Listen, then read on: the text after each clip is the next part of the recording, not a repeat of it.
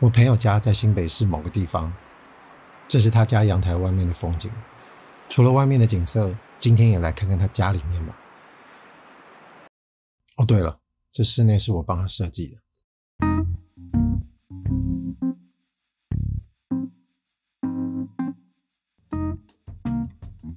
这位是蔡伯任，跟我的朋友一起相依为命中，也是这个家的主人。先来讲一些基础条件。这个家室内大约15平左右，是新屋，非中古。对我而言，其实好阵子没有操作过小规模的住宅了。多年来，别墅案也好，或商业空间，相对尺度都大了些。但刚好因为是朋友的家，熟识的人，沟通起来就特别自在。也正是因为这个原因，我认为在他入住好一阵子之后，才是最佳记录时机。也可以趁这个机会验证一下，这个设计是不是可以跟空间的主人一起好好度过每一天。这个在预售阶段的平面配置其实看起来蛮常见的，其实也不用做太大的改变，但也常会见到一个状况，就是某个房间特别小。而我朋友他是一个长时间在家工作的平面设计工作者，他的日常家居生活跟工作之间的界限是模糊的，而且实体墙壁也会导致外部的空间跟内部的空间一起压缩变小。所以我们决定把这两面墙解放了，让人在之中的活动更顺畅，就只保留一段阻隔，让它变成一个节点的角色，同时也把用餐区一起融合进来。很多人活动的时候也不用局限一定要在哪里才能做什么事，你也可以在客厅吃饭，也可以借用他的餐台桌工作一下。对，这个家的主人朋友很多，而且他很好客。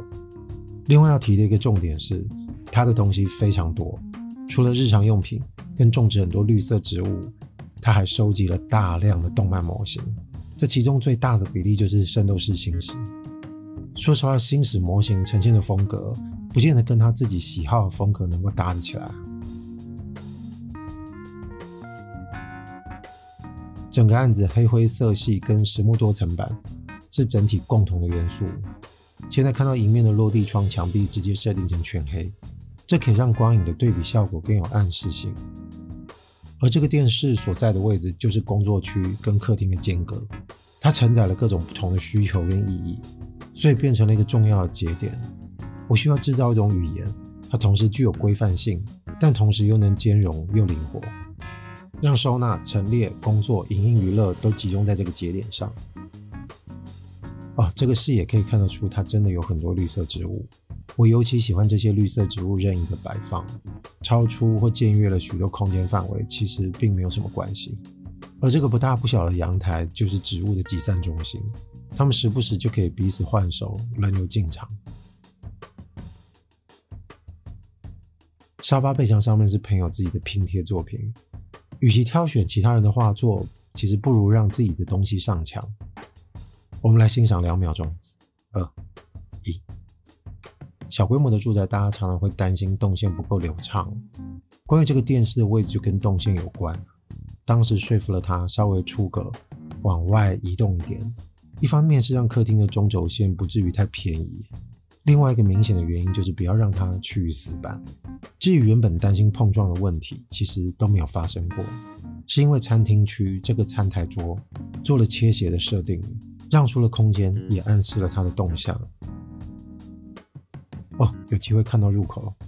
入口两侧结合了鞋柜跟大型的收纳柜，垂直延伸出来做了一个电器柜的位置，刚好可以把建商提供的橱柜结合起来。动板墙在这个家是必要项，进进出出的时候，各种悬挂的日常动作一定要在这里获得满足，而且这也是一个越凌乱我越看越喜欢的角落。工作区也一样利用了模组框架，在它另一面共同使用。这个框架也同时作为书桌的局部固定结构，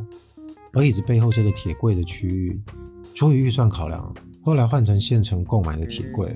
虽然不是原始设定的封闭柜，但整体性还是有保持住。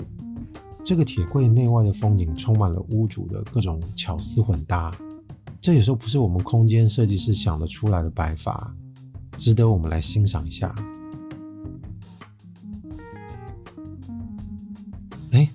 这不是养茶吗？大家应该看过七龙珠吧？在这个家里被切斜的物线不只是餐桌，书桌的末端也适度的被切出一块，它可以让靠窗区域的卧榻活动性更自然，也更没有压迫感。而框架模组的这一边当然也有预留空间给工作区使用，同时把电源跟各种插座的面板换一种遮挡的方式。我们来看看卧室，这个配置相对简单，所有的窗的四周都做了边框设计，让固定层板或是随意的摆设都有适度的依靠。墙上一整排的挂钩是它硬性的需求，它需要能够随时随地挂放大量的东西。这个前提下，我设置了同系列的材料，用实木多层板在这个区域打底，视觉上就可以更容易化成为零。床后背景墙上的留空是正在期待他自己手绘的大作降临，但是他太忙了没空，我们只好再等等了。同样因为预算考量而改买现成的柜子，还包含了衣柜，床边桌板也同样做了一个熟悉的斜切设定。完工之后，我们不管选了怎么样的衣柜进驻，都不会影响彼此活动的关系。整个家的调性都包含了一种直接的性格在其中，所以切斜的动作刚好实现了这种精神。也许换到其他的案子就不适合这种手法。最后来看看浴室，这间浴室原本都已经是建商施工好的区域了，这个前提之下，我们得找到一个好的介入方法。我帮它设定了同样是黑色金属做成的铁框隔屏，再利用侧边玻璃的区域多加了一条外凸的结构，让这个狭窄的空间也可以挂放毛巾或是杂志。这个镜柜也是新增的，因为瓷砖跟天花板早就都好了，所以镜柜的照明跟开关我们得要自己想办法把线牵进来。在天花板的边缘处小范围的破坏开了一个口，把线路拉进浴室，再利用造型的层次把这个破口给收起来。当然多余不想被看到的物品还是要把它藏在柜子里。拍到天色都暗了，最后在入夜时分我们来加码几个画面。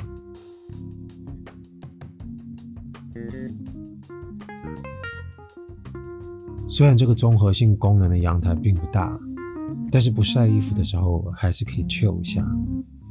拍完我也要走了，先跟各位说声再见，拜拜。